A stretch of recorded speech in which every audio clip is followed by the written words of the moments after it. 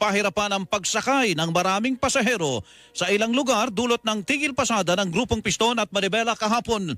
Sa E. Rodriguez Avenue sa lungsod ng Quezon, ilang pasahero ang naghintay ng lagpas sa 2 oras para makasakay. Sa Manila City Hall, maraming nahirapang sumakay dahil matumal ang pagdating ng mga jeep. Ang hirap sumakay kasi ang kaunti-kaunti lang po yung jeep. Hindi po kasi ganito usually, mga 5 to 6 pa po yung yung rush hour. Wala po kami masyadong manong kasi puno po yung jeep.